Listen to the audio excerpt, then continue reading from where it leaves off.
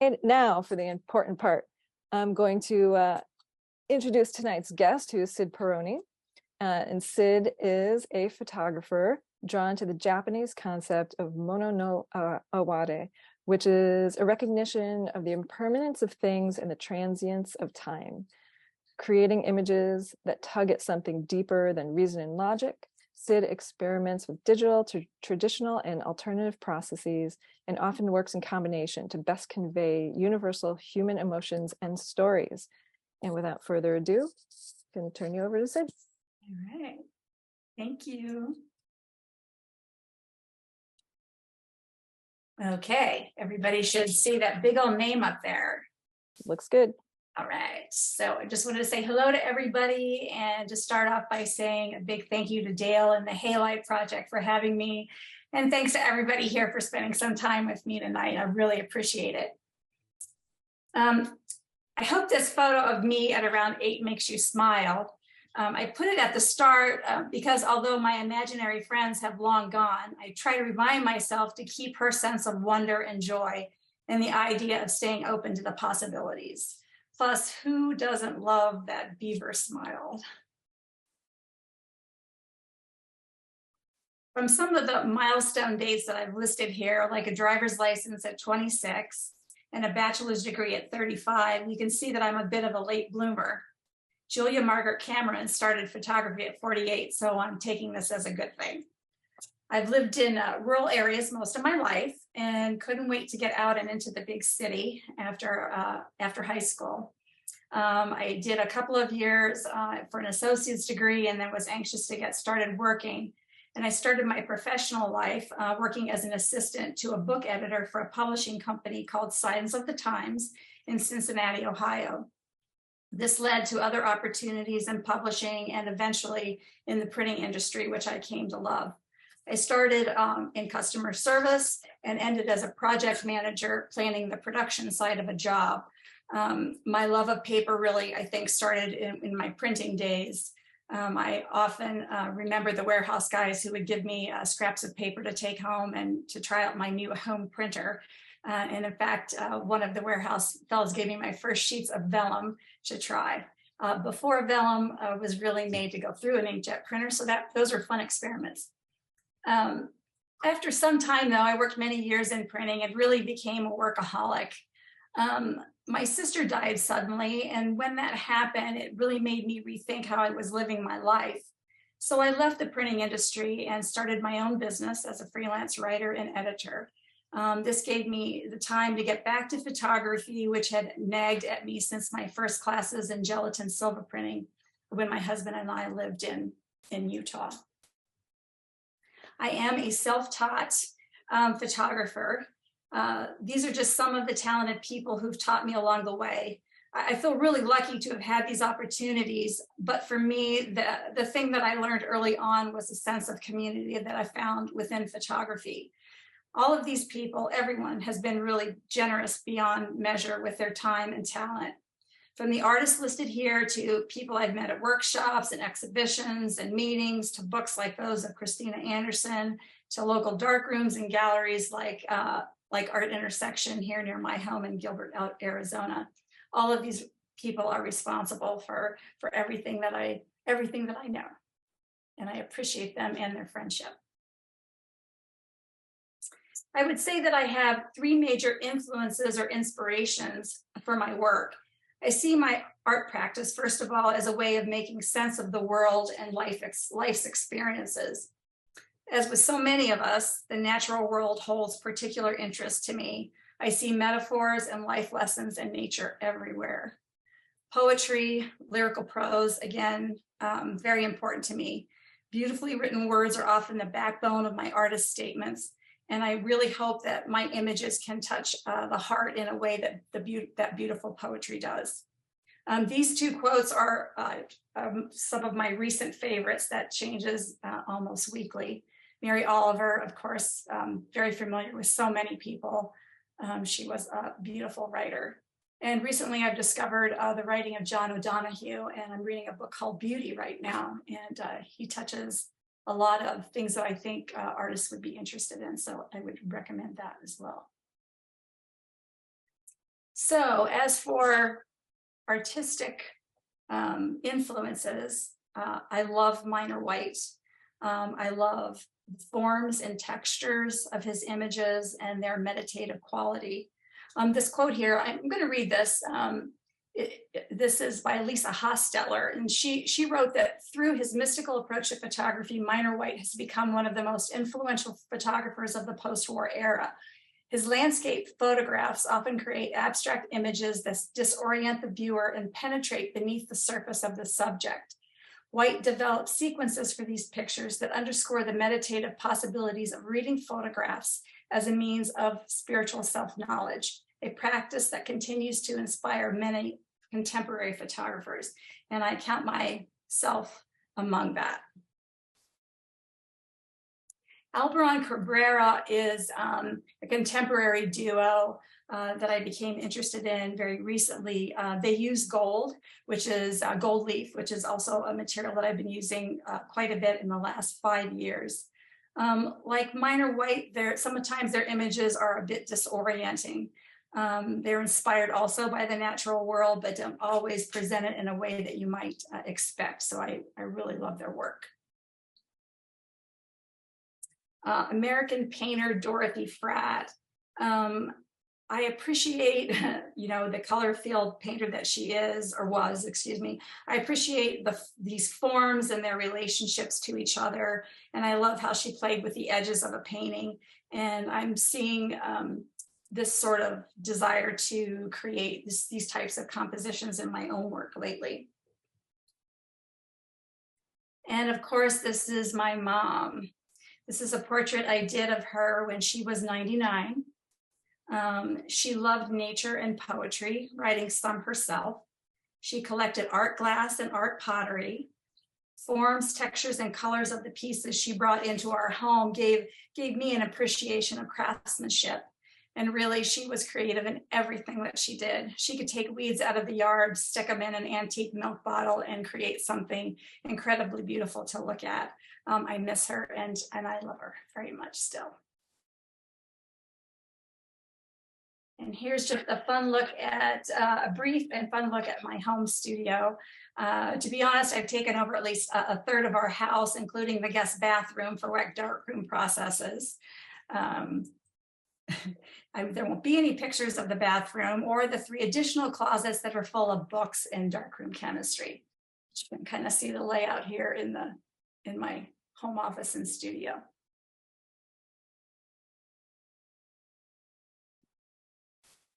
So this is a quote from Sally Mann. As for me, I see both beauty and the dark side of things, the loveliness of cornfields and full sails, but the ruin as well. And I see them at the same time. The Japanese have a phrase for this dual perception, mana no aware. It means beauty tinged with sadness, for there cannot be any real beauty without the indolic whiff of decay. For me, living is the same thing as dying, and loving is the same thing as losing. And this does not make me a mad woman. I believe it can make me better at living and better at loving and just possibly better at seeing. This quote by Sally Mann is really a good description of mana no aware. It's not as poetic as some of those that I've read, but it is, for me, relatable and aspirational.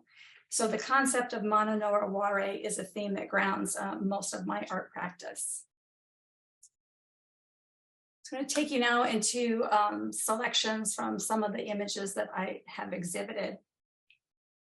Loving What Won't Last was my first solo exhibition in 2019.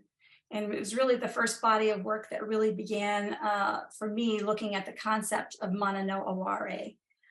2 mentors at the time, Carol Pinero Smith and James Hychek, not only helped me to put this exhibition together, but to see that this was an idea that I was trying to describe with my images. So the images in Loving That Won't Last were split tone pigment prints. Little baby birds, we do find them here. I live on an acre out in the desert, an hour north of Phoenix. So we do occasionally run into the sweet little baby bird that hasn't made it. They don't all get this sort of send off, but I do return them to the earth. I just can't bear to put them in the garbage can. So they do get a little burial of sorts. And these orchids in the photograph, you'll see those again a little later on, but they're from a plant that my mother owned. This beautiful old tree, immediately I saw the beauty of its long life and the grace of its impending death. A sweet little bird's nest. The position is so precarious. I couldn't pass this by. And as an added little bonus, there's just a whiff of a cloud to the right of it that sort of mirrors the shape of the nest.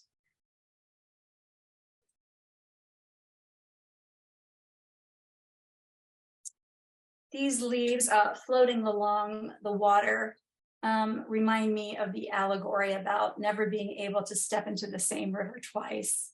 And I love the graphic element here. I'm going to show you about 4 more images. And I think they really show how I love to find things by chance. I call them chance encounters with beauty. I see something and I think how lucky I am that a gust of wind hasn't changed it, or that I actually got to see it at all, a different path, and I may have missed something wonderful that I wanted to photograph. Here it's just a beautiful piece of grass that to me looks like script writing.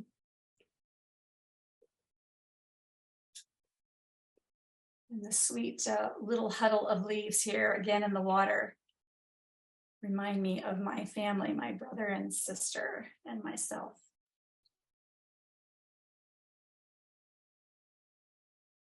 By chance, these boards were floating in a little reservoir. I don't know how they got there. There were no visible signs of them or a way for them to get into the reservoir, but they made a wonderful composition that I couldn't pass by either.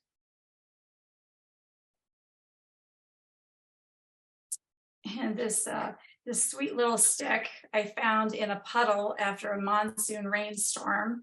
It was really a tiny puddle, so half of this stick is in the water, half of it out of the water, and it seems to be suspended there in this wonderful little skirt of bubbles.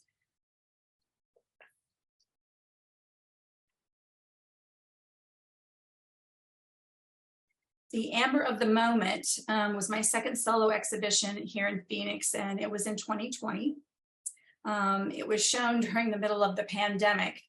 I belong to an art collective in downtown Phoenix, and we were very concerned about having the gallery open and spent many days and weeks and actually months closed due to the pandemic. But we did start to open up at this point in time. I was still double masking, keeping the doors open. It was a little chilly that December. This was November and December. It was a little chilly in the gallery, but it was absolutely worth it to be able to show and see my friends again who were all wearing masks. This Vonnegut quote I like especially, and it's where the title of the exhibition comes from. I like it because it conveys how I was feeling at this point in the pandemic. It's the idea that there really aren't always easy answers or explanations for what happens in life. Now, the prints for Amber of the Moment were aurum prints. And I call them aurum prints to distinguish them from another process called auratones.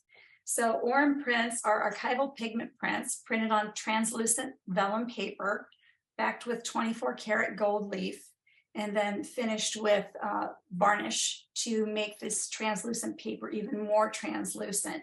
It adds to the depth and the quality of light within the print. I did not invent this process. It was invented by Dan Burkholder, who first started demonstrating it as a platinum and palladium on vellum over gold leaf. So it was all precious metal on the vellum, just beautiful. And again, I call them aurum prints. I think I mentioned to distinguish them from auratones. Auratones are printed on glass and then backed with the gold leaf. So this image and this one, I think I was attracted to them because of the play of light and the gracefulness. Just whimsical.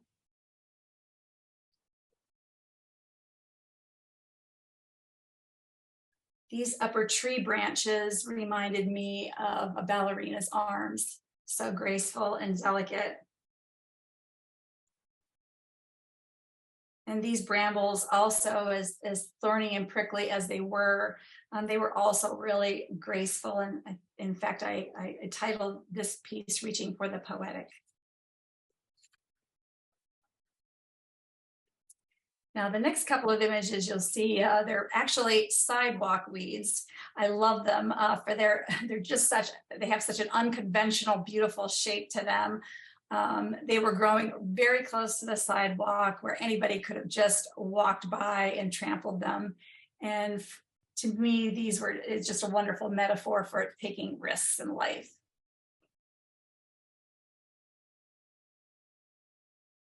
Now, these last two images from this body of work are leaves. Leaves are one of my favorite subjects. Again, I just think seeing that one lone leaf so distinct from all the others, a gust of wind and she would be gone. So again, it's a beautiful composition that presents itself as a chance encounter. And these wonderful roots and leaves in the same vein.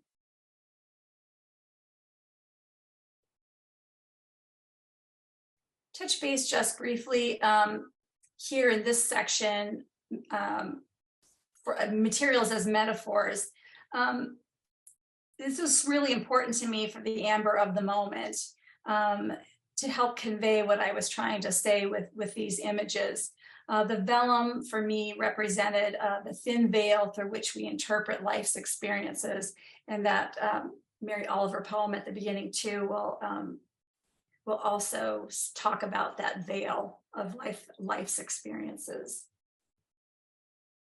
Gold, for all that it symbolizes and for its long history in art making, I think what struck me the most was that this metal was at once so indestructible and yet so malleable. I found that dichotomy a beautiful thing. So now we're going to go through a little bit of the COVID time and what I did. I did a lot of experimenting. In fact, really, my brain went racing during COVID and I was like a woman with her hair on fire. In the end, I think all these experiments they really taught me how to let myself go and just play and enjoy making art with no specific end in mind. This first one here is a collage from cyanotype scraps with a little bit of pan pastel added. This is also a collage. This was cyanotype on vellum. I cut a lot of what I would call good prints apart. It was a great lesson too in letting go of the idea that my images were somehow something very precious and had to be stored away and couldn't be touched or looked at. They were too precious. This collage, again, was an inkjet on vellum. It was backed with copper leaf. This I used encaustic wax on this piece. So this was cut apart. I think on a metaphorical level, I think these were also about life feeling cut apart, that's sort of that before and after effect of COVID. This is what I'm calling a roundel. Roundels were actually beautiful little pieces of art glass that they made in mid-century modern pieces. So what I did here was I did an inkjet print on silk. It was again cut into pieces, and then the pieces were tied around a metal ring to make these little roundels. I like the three-dimensionality of these. These are actually the scraps from the roundel that I just showed you.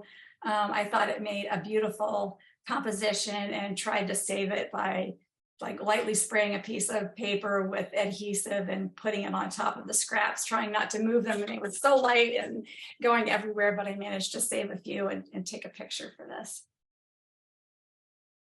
Another roundel. Again, this was printed on silk, cut into pieces, pieces tied around that metal ring. This particular silk needed a little more stiffening, so I used some starch to get it to stand up a little bit. I also did some constructions. Again, those precious inkjet on vellum with the gold leaf. I cut them into pieces and then affixed the pieces to a strip of wood with brass tacks to make this construction. This construction was similar in the materials with the vellum and the white gold leaf, but instead of the strip of wood, these were skewered onto wire. So the picture on the left is the construction sitting on a shelf, which is lovely. I had a chance to actually exhibit this and hang it up on the wall, which is a picture on the right. And this was by far my favorite. The light just kept changing and the shadows were playing as the light changed in the room, and I really enjoyed that effect. Okay, phytogram obsession. I owe this to Ann Eater, who, well, I owe a great debt of thanks to everybody who did Zoom workshops during COVID. I would have lost my mind without those. I took Ann Eater's plant-based printing class and really just became obsessed with these phytograms. So I had never made them before. So Ann taught us, they're similar to luminas, I think, in that you know, you use plant material, you put it into a contact frame with the substrate, you expose it to the UV light of the sun, and then after exposure, they're brought in and washed and fixed. The difference here is that instead of paper, the substrate is film. And what you're looking at is our 4x5 sheets of ortholitho film. And also taught us this interesting Cyd developer formula. So what she did was she soaks the plant material in the Cyd developer. You can soak it for maybe a couple of hours to overnight. It comes out of that developer, gets blotted a little bit before it's put onto the film substrate, and then the whole process with going into a contact frame, out into the sun for exposure, and then back in for finishing and fixing in a mild solution of sodium thiosulfate. But I just love them, and I think part of the reason that I love them was, again, it's that whole idea of the translucent material, translucent or transparent substrate. Diptychs. These plants, a lot of times I collect plants on my hikes out into the desert. This particular diptych is made with slices of radish and seeds from an invasive species called red brome. And on this particular diptych, I backed it with the gold leaf, just as I would have on the vellum. More pieces here. The desert daisy. These are also backed with gold leaf. And that really, it's a little hard to see from these, but it really does give it a lovely quality of shine, depth, just a little bit interesting. The one on the right is a piece from my olive tree in the back. The leaves on the olive tree are very thick, so not much light passes through there, which is why that looks so highlighted. The one on the right, I used burlap on this piece, which I fell in love with during COVID too. So the burlap, I just cut a piece of that and sort of shredded it into the shape that I wanted. And then it got a little soak in the Cyd developer as well too, prior to being placed onto the 4x5 sheet of film. These are deconstructions of plants. I think both of these were made with gardenia leaves. So I just cut them apart, stamped holes in them, and took those pieces to create new compositions. These are definitely more graphic versus the organic ones I showed you just before this. Now these phytograms now introduce the addition of cyanotype. this plant material was green onion, which I just love. Again, I love the script look of these and almost that balletic quality of the green onions. And then the happy accidents. I discovered that movement is not a bad thing. Sometimes when you put these out into the sun heats them up and the plant material starts to weep, and all of that moisture can make them slide. So the phytogram on the left was, to my horror, I went out to retrieve it and it had moved, and I thought, oh, it's ruined, but I processed it, loved it. And then the one on the right was a phytogram that I did with intentional movement. Then, in keeping again with the whole idea of transparency and translucency to the substrates, I tried my hand at doing phytograms on glass dry plates. I did not make these plates. They are pre-coated. They are J-Lane dry plates. Little canyon ragweed here. I think this was arugula. You can see the emulsion on these plates, of course, is very tricky. So it's very sticky. It wants to break down. And so there's a high rate of failure on these. But when they succeeded, I really enjoyed them. Now to gum bichromate. Thank you, Diana Bloomfield. So I had done a couple of in-person workshops with Diana, who taught me so much. She really helped me to see color in photographs in a completely different way with the gum process and embracing a more painterly look. For these experiments, though, during COVID, I went with a little different thing. I have always loved screen printing, so I tried to use gum bichromate to create a screen printing effect. So I used my own images. I would bring the images into Photoshop and create silhouettes using the threshold tool.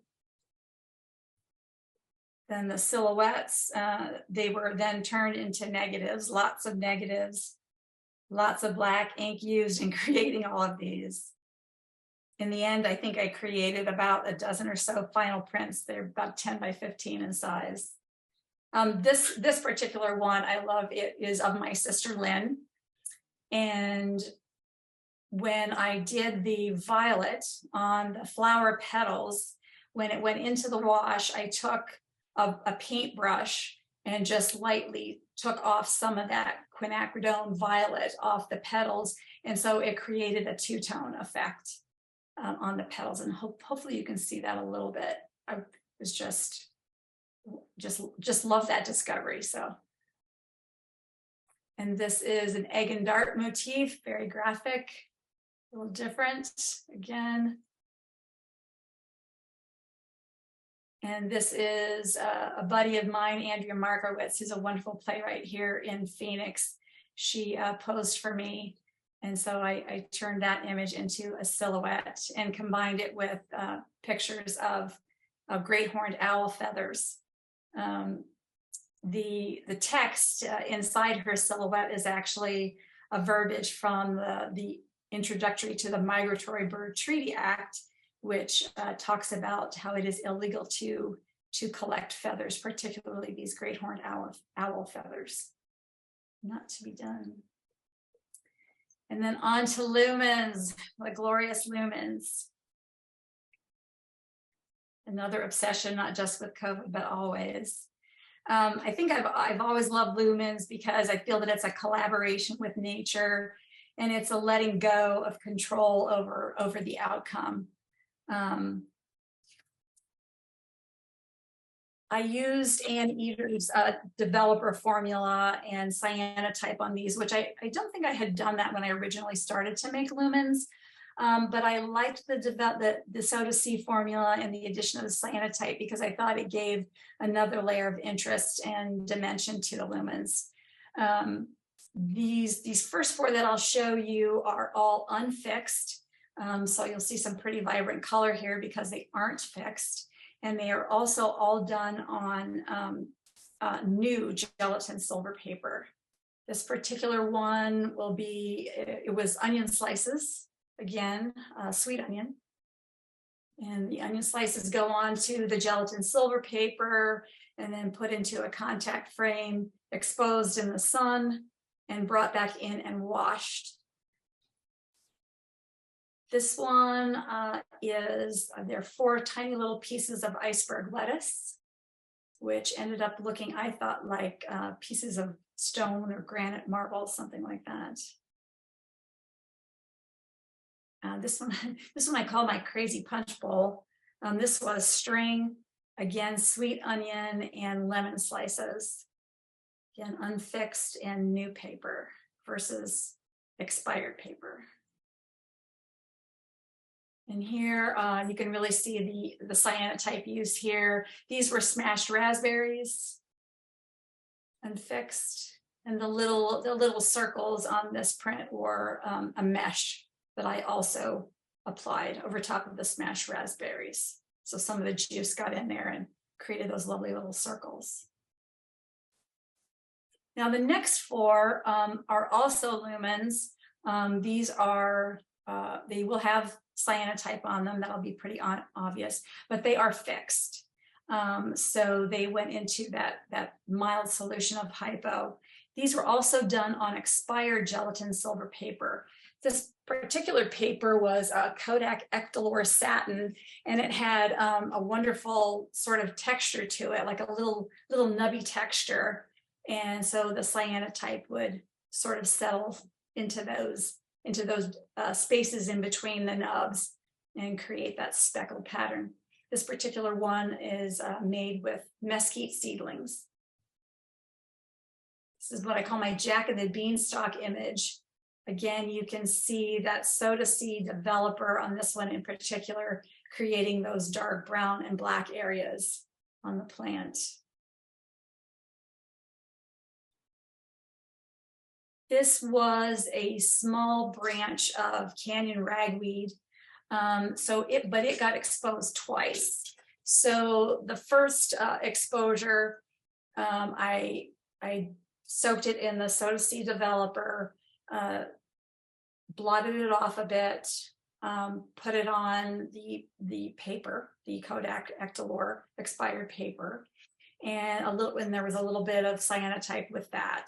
So I did the exposure, brought it back in, washed it, and fixed it. Then I took the same branch of canyon ragweed, put more cyanotype on it, and put it on top of the image that was there for a second exposure.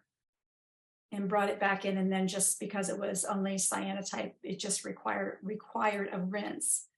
This one was fun simply because I think it transformed from being plant to, it started to look like feathers to me. And this is, again, the orchids that are from my mom's orchid plant that she had while she was living, and I still keep it going. It's actually blooming right now in the bathroom. But what I do is, as those petals and flowers start to fall off, I gather them, put them in a plastic bag, stick them in the fridge, and then every year I try to make a little commemorative and what I feel like is a collaborative piece, a lumen in memory of my mom. This guy is, we're back to new gelatin silver paper. This little landscape looking image was created with some cyanotype and crunched up masking tape. Same process though, on the paper, compression in a type of contact frame, and out into the sun, and then back in for a rinse. This one was not fixed. Another unfixed image. This was my beloved green onions. This time we've got a little bit of plastic wrap involved in creating this image.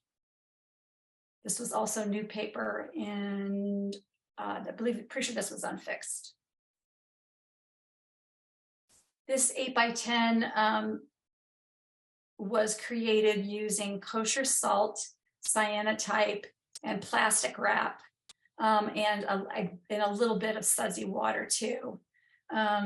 This was obviously not fixed. There's some pretty brilliant color there. I scanned this 8x10 image and then sent that file off to a printer in Los Angeles who printed a 4-foot by 5-foot piece of Habitai silk. And that was used for this piece called Acceptance. This piece was a collaboration with an artist, a ceramic artist. Her name is Magda Gluszek. Beautiful person, very talented. The sculpture was near life size and is unfired clay. And then the 4-by-5-foot piece of silk was placed in her mouth and represented breath. And again, from the title Acceptance, you could see we did this collaboration during COVID. This piece was done for a gala that's done every year here in Phoenix in conjunction with a local arts group called ArtLink. Magda is on the artists board of ArtLink. So when this gala comes around each year, each artist on the artist board gets to invite somebody from the outside to collaborate with to create a piece of art that gets enjoyed on gala night by many, many people. So I was lucky enough to be able to work on this with Magda last year. Okay, Finding Hestia. I'm calling this my final COVID project because it was the last one created during the worst part of COVID. I've lived with Finding Hestia for the last 3 years, over 3 years now, as I've lived with COVID. Searching, reflecting, hoping, not so much to make sense of the months of isolation, but to document my place in it. This body of work is a record of thoughts and questions that have definitely changed over time. They've changed as the pandemic spread and shrank and resurged, and changed as I photographed the detritus at residential construction sites. I visited these new subdivisions in my neighborhood really early on Sunday mornings. I knew the construction crews wouldn't be there. Being out in the fresh air without a mask or people to dodge felt really freeing. I found the building materials neatly stacked, ready to be used, as well as remains from the week's work thrown carelessly on the ground. It just depended on, from week to week, it changed. Plastic tarps, wood chips, stucco, insulation foam, tile, rope, broken pallets, and things I really couldn't even identify. Some of it became trapped under rocks that had been bulldozed to the surface or caught inside tree branches and shrubs that had been ripped from the ground. There were remains of cement and water clinging to dirt like fingerprints. I thought about all the new houses multiplying like the virus itself and how they represented unchecked growth in a place where, we've got drought. It's historic here and water seems to grow ever more precious. But I also wondered in this moment about the people without a house in which to shelter during this time. As the weeks passed and I kept photographing, new shapes and textures started to appear in my lens and in my mind. I saw the curves of hip bones, the folds of labia, the apertures of birth canals. In a world occupied daily by men constructing these houses, the evidence of women suddenly seemed everywhere. I never knew what I would find on my Sunday excursions. The cast-off, forgotten, and devalued pieces of wire and pipe and Tyvek started to become my own aging female body, weakening bones, thinning hair, wrinkling skin, clouding eyes. New questions. How vulnerable was I to COVID at my age? Does our society see aging people as a liability or something to defend? Do I try to keep myself young to stay healthy or to fit into a culture that reveres youth? To what lengths do I go to retain my youth? As I looked for answers, I found Hestia. So Hestia is the Greek goddess of home and hearth. I found a lot about her in a book titled Goddesses in Every Woman by Jean Shinoda Bolin. Bolin explores the goddesses of Greek mythology. She explores their and how they represent archetypes in the lives of modern women.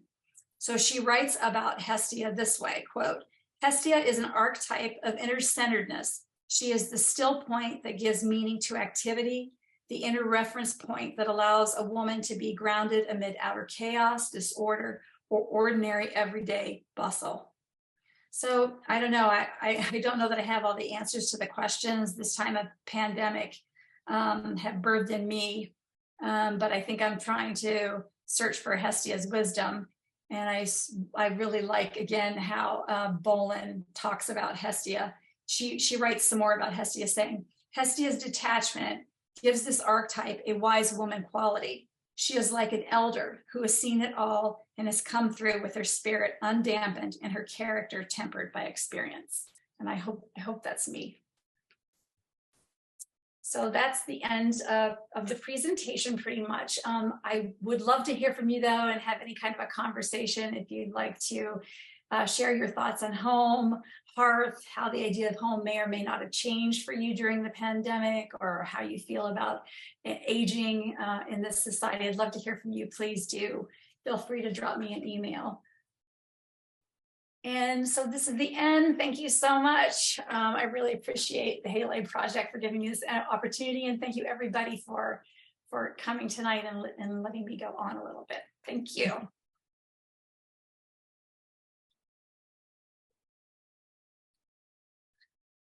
Great. Thanks, Cyd. That was a lot of very creative work. And we have a lot of comments and questions in the chat that I'm going to relay to you. Okay. So a couple comments first. Let's see. People loving the phytograms and the onions. Diana Bloomfield, who's in the audience, was loving the gum prints that you made. And she was thinking that she hadn't seen those particular ones before, and she loved the graphic quality of them and the color combinations. Well, I think, I really have to say thank you, Diana. I think the other thing I learned from you was just how to have fun. And so these were very much that for me. And for a while I felt like, oh, what would Diana say? but I just knew that you would embrace the fact of having fun and play. So thank you. I just so everyone knows too, we get a transcript of the chat that I can share with Cyd after the fact. So if you have more comments in addition to questions, you could feel free to put them in there, because I'll share everything with her after the fact. So feel free to put in whatever you'd like, comments in addition to questions. We have a question from Fruma asking about the cyanolumen combo. And she's asking, how does the cyanotype react when the cyanolumens are in the fixer, and if it fades? Oh, I didn't see it fade so much. No, I don't think that was my experience. I think it's almost, it's not water, of course, as you would normally process a cyanotype, but I did not notice that. I did want to comment, you mentioned Ann Eder, and then the question about this process in particular. Ann's done a couple virtual workshops with us called Silver Canvas, where she does go over things like lumens and phytograms and combos, the cyanolumens and whatnot. So she's going to be doing another one in the near future. We haven't set the dates yet, but if you are interested in any of those processes, just join our mailing list or keep an eye on social media, and we'll be posting as soon as Ann. Yeah, and I would definitely recommend taking it. I wasn't sure about that kind of a hands-on process on Zoom, and she really did an awesome job. And I just really think the things that she shared just takes it just to another little different level. So boy, yeah, I would definitely recommend doing that. Yeah, no, she's great. She's one of the people who embrace the online teaching and really does a great job with it. So anyway, enough plugging upcoming halide workshops. Sheila is asking, at what resolution did you need to scan the 8x10 to produce that 4 foot by 5 foot silk that was part of that collaborative piece that you showed? It was 360. Yeah, I have a little Epson here, and I scanned it on that. And the people that printed it were Fine Art Printing LA, and they were great. You know, they did test prints, and I tried a couple of different lumens before we decided on this one. But recollection, I think it was 360. Cool. Thank you. You're welcome. Lots of people saying beautiful work. Nancy Miller, Tom Wise, saying it's a great presentation of your work. Humphrey, very inspiring. Patricia, wonderful, wonderful, wonderful. Linda also saying thank you. Beautiful work and concepts. And Rick is also saying thank you. Great. So if anybody has any questions, make sure to get them in there. I'll give you a few more minutes to put in some comments as well. Like I mentioned, we'll share the transcript of the chat with Cyd afterwards. But if you have any questions, get them in there. You can also, there's a raise hand function in Zoom. So if you want to ask a question and actually use your voice and I think your camera will also turn on. So if anybody has any questions they want to ask in person, just use the raise hand function. There's the adhesive that I use for gold leaf is ODIF. It's a spray adhesive. There are liquid adhesive sizing too. I found I wasn't the greatest at applying that by hand, although that could also be an effect that you like. But I tend to stick with the spray adhesive, which is made by ODIF, and you should be able to get that at Amazon or Jerry's Artorama.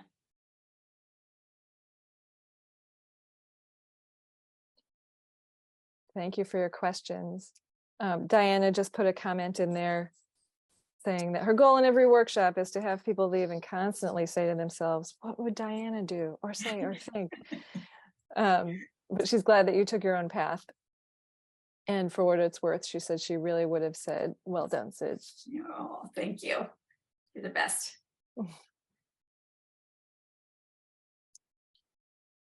All right. So thank you everyone for joining tonight. Keep an eye on our website for the upcoming light talks. Like I mentioned, we're going to be doing them going forward once a month.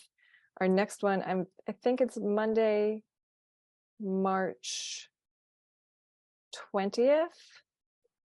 And then Monday, April 24th. So just keep an eye on that. Keep an eye on our social media. If you're not on our email list, join the email list. And I guess that's it for tonight. Thank you, Cyd. Thank you. Thanks, everybody. Great. Thanks, everyone, for joining us, and we'll see you soon.